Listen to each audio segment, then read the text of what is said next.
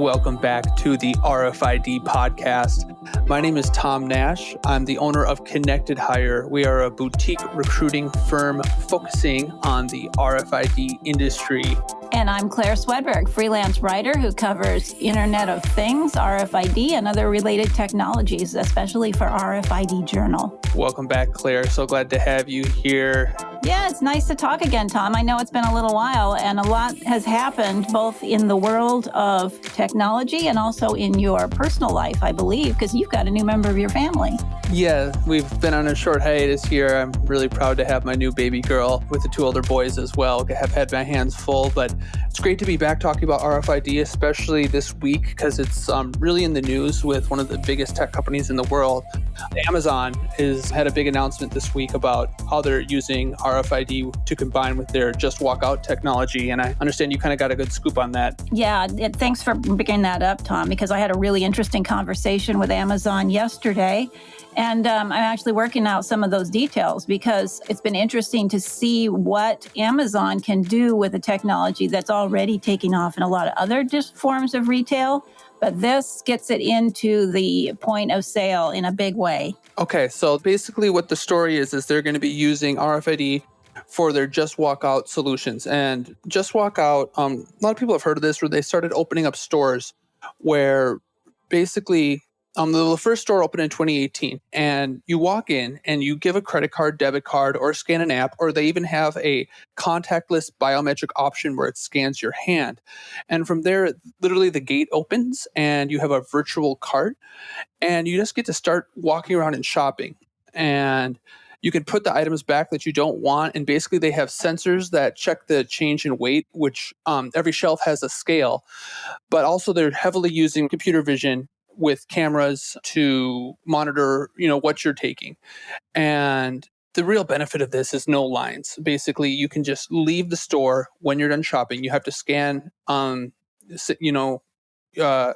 out to leave, but you don't have to scan each item when you're leaving. You just get to walk right out the door. And there's so many benefits to this in terms of the data-driven insights that Amazon is gathering. They're going to make each store reconfigurable, where they can optimize as a result of what's happening in the store. And they still have employees, and some will still have cashiers, and they actually need to have a lot of employees to keep everything restocked. And they're using this technology not just at their own Amazon Fresh stores, but it's coming out in Whole Foods, and they're partnering with places like Starbucks to get to have them use this technology as well. And my understanding, it's been a bit hit or miss, where it's all about iteration with Amazon. They want to make sure they got it right before they do massive rollouts, and they actually have closed some stores. So that's kind of where it's been used mostly, is in this grocery store environment. But now with RFID, it seems like they're going to be really successful with having it be for apparel. Is that right, Claire? Yeah, that's exactly right. So they have a new challenge in front of them when it comes to introducing apparel to their Just Walk Out stores. Originally, as you described, they had a really complex and fascinating system in which they could identify what goods were being picked up from the shelf when they were being put back. And that made it possible for them to automatically charge your account as a shopper as you walk out with a product. But imagine, and I was talking to John Jenkins at Amazon about this, and he's describing an example of apparel can be pretty challenging. You might have, for example, in a stadium store, let's just imagine this environment where you'd have a table full of jerseys and people are sifting through them and saying, oh, here's my favorite player. They grab the jersey, they might bundle it up or put it in a bag. They walk out of the store, and it's really hard for technology to keep track of exactly which jersey that was and be sure that it's actually the one that should be properly billed for. So that's where RFID steps in, because it has that unique ability to identify something just through an ID number that can be picked up with a reader. So that's what they're doing. And now that they can do that, potentially this could invite RFID into other places within the Just Walk Out stores, as well as more items get tagged. Yeah, a couple things with that. It makes sense that the computer vision is good at telling, okay, did this person pick an apple or an orange? They're going to be in separate places and, they're different colors, right? But when it's a jersey where they're literally all the same color and they're in a rack, the the camera can't quite tell exactly which jersey you picked up. So that's why it makes sense to have that be individually tagged. And we're talking about jerseys here because the news is that this was rolled out in an arena. It's the Climate Pledge Arena in Seattle, where the Seattle Kraken play. And I like the idea of this being at arenas because, it's very time sensitive. You want to go in there and get your jersey before they drop the puck, right? It's the type of thing where 10 minutes waiting in line is going to definitely make the difference between someone buying that jersey or someone not. So it's all about speeding up the close of the sale. So this way you just scan your phone when you go in, and then when you got your jersey, you can just walk right out. So I think this kind of implementation really makes sense at these places where you have like a big influx of people over a short period of time, and then they can just get out and go where they're going. So we'll probably see this at other kind of like pop-up events, and makes sense. Sure. It is a little different though, Tom, with the case with RFID. So instead of scanning your card as you enter the store, instead what you do is you walk into the store, you go through the gate, you pick up whatever item that you want. There's an RFID reader at that gate. So as they walk back out, it reads that tag and automatically takes it out of your account because you tap your card as you walk out. Cool. Yeah. And it doesn't actually even display. You don't need a monitor or any kind of display that says, this is the product you just bought. They will automatically send you a receipt, and you can go into your account and see that everything was charged correctly. And that's actually a statement to just how much they trust their system and believe that they can accurately capture every single RFID tag and never make a mistake when it comes to charging people for their goods, because you don't want to get that wrong. That's pretty important. I'm with you. Okay. So as important as it is to track all of the items leaving apparel retail store, we can raise the stakes here with RFID because there's a company called Collective Data that's using this same technology to track evidence coming in and out of police station storage areas. And this is the kind of thing where, in theory, like a murder trial could get a mistrial or something like that if the evidence is not being handled correctly. You wrote a story about this recently, right, Claire? Yeah, I covered this fairly recently, and there's a company called Collective Data that's offering a solution that's specific to that exact application. And they're working with Zebra, which makes the RFID readers that can capture tag IDs in a evidence room or evidence storage area. So a pretty unique solution, I guess, to a long-term problem, which is how are we going to keep track of all that evidence that's being stored in shelves in some kind of secure area? That stuff is so important, as you just said, and can be actually quite difficult to keep track of. Yeah, and I also saw the police stations are using this to just track their overall assets, the equipment that they're using, generally throughout the course of their law enforcement. So that's pretty important. And then also, one thing I really liked about what Collective Data is doing, it's kind of a big hurdle to RFID, is the upfront costs. But I saw that they were having their solutions like on a subscription basis. So companies are able to, just kind of subscribe to the service and pay monthly as opposed to, huge upfront costs for equipment. And that's going to really help this kind of technology be implemented in these different arenas where it maybe is not traditionally used. Yeah, absolutely, Tom. The idea is to ease the cost of investment into this product in the first place. I know that in the past, some sheriff's offices and agencies have been playing with RFID, actually very seriously deploying it also for evidence tracking, but it required kind of a piecemeal approach in which they had to find solution providers, they had to find the hardware, do the integration. Collective Data is offering a way to make that a lot more seamless, where it could be a solution that they pay a monthly fee for, and Collective Data will take care of not only managing that information, but also providing all the necessary hardware. Awesome. Seems like they've got a really good solution. Yeah. And once they do, as you said, once they have the evidence tracking in place, that's a good way for some of these agencies to say, you know what, now that we're doing this, let's start to expand. And then they can start looking at managing potentially weapons. They can manage the assets that are in their vehicles. They can actually manage the vehicles themselves, because they have to do these audits on a regular basis of what's in their police cars, for example. Now they can make that part of their RFID solution and get all of that done in one place. Awesome. Okay. Yes. Collective Data. That's definitely a company we'll be watching moving forward. There's some other big news from GS1. They put out the standards to make sure that the RFID tags are encoded in a universal, interoperable way. And it's really important as we go to more open systems where it's not just one company using RFID to track and trace goods going around their one warehouse, but entire global supply chains.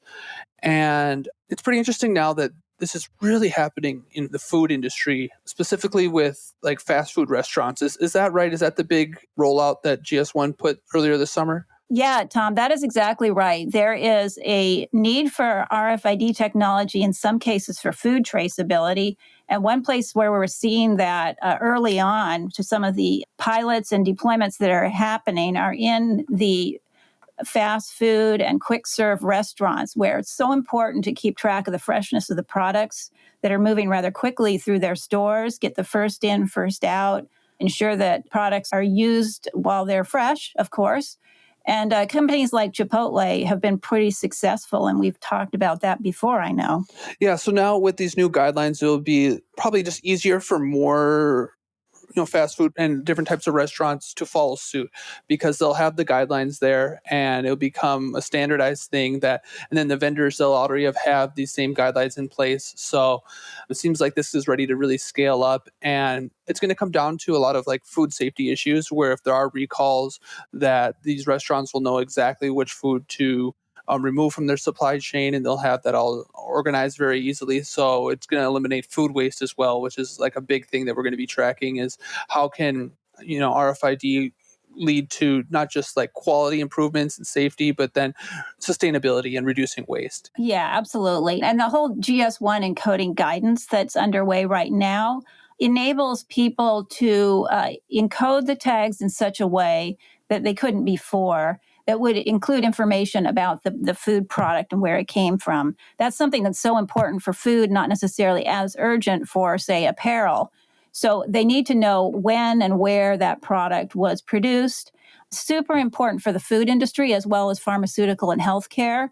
So these are products that are so sensitive, so critical to the health of consumers, that by making this standard encoding guideline, now it's going to be easier for people to track that data just with a tap of an RFID reader near a tag. It's interesting. There's so much happening with food because I saw you did another article as well where you're talking about not exactly RFID, but another IoT solution that's being used in Africa, which I thought was so cool to really help increase the yields on avocado farming.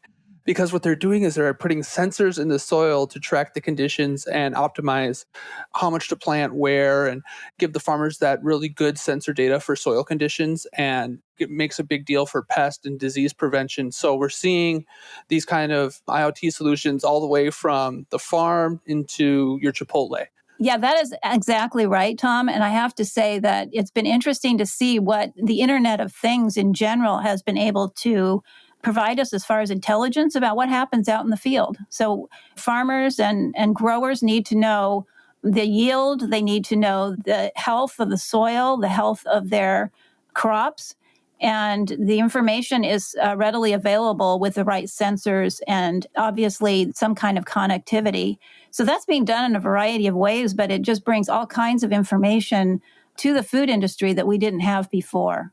Definitely. I know it's used now a lot in livestock and some of the more regulated industries like cannabis. We're seeing that a lot too. So this idea of, IoT solutions to make whether it's farming, livestock, cannabis, just to make it more intelligent, it's really here now. This isn't like a futuristic thing anymore. These are big time deployments that are happening. So, kind of just continuing on our overall trend of, RFID's been around for 20 years, right? Longer than that, if you go back to, World War II when it was first invented, and it's had a lot of ups and downs. But, this week hearing about Amazon rolling this out, it's really, a prime topic of conversation right now. And we're seeing that, we're seeing the deployments and we're seeing it kind of affect our everyday lives. And it's pretty cool. Yeah, absolutely. And I think one of the important lessons that I'm constantly being reminded of, really with every story, is that it's never just RFID or any technology in particular that solves all problems. But RFID coupled with all the other IoT technologies can just bring us all together a solution that really even 10 years ago we couldn't imagine having. And I think when we talk about the food industry, you can't really put an RFID tag on, certainly on a seed or a seedling or a small plant that's growing in a field. But by using other technologies in the Internet of Things space, we now have that sensor data that can then potentially be linked to RFID data as the food travels through the supply chain and really up to all the way to our plate as consumers. Exactly. Yeah. One part of the equation, you got to have different kinds of sensors, like Amazon's using the scales very effectively and computer vision, and now incorporating some RFID into their Just Walk Out solution. And I think that they're going to start selling that to other companies a lot more. So I saw that there's one Quick Trip that they're piloting, convenience store that's using the Just Walk Out technology. And we're just going to start to see it more and more. I haven't been to a Just Walk Out store yet. Have you? Have you checked it out yet? I have not checked it out in person. That's going to be fun when I finally find myself in front of a store that offers this technology. I know it's coming because currently there's about 70 or 80 retailers that already have this technology in place, but most of them, again, are using computer vision. Yeah. And in the long term, the way Amazon feels about it, they can offer this with RFID for apparel. They can offer a hybrid solution in which the store may have a little bit of both. So it could be using computer vision on its shelves for some items, and it can be using RFID for apparel. And really, they're going to mix and match as needed according to what their customers require in each specific store. Well, that wraps it up for this episode. Again, I'm Tom Nash. The company is called Connected Hire. Hire is HIRE. You can check us out at connectedhire.com. I am a recruiter in the RFID space. I'm currently working with some really talented engineers and salespeople. I have solutions engineers who can do full RFID implementations on site, and I have really experienced RFID salespeople who are right now open to new opportunities. Also, I'm available to do customized searches for my clients. So reach out to me at tom@connectedhire.com. And I'm Claire Swedberg, and you can find me and my stories online. I love to talk to people about the technology, and I'd be happy to hear from anybody who has some interesting ideas or applications they want to talk to me about. Best way to reach me is Claire Swedberg, all one word, @gmail.com.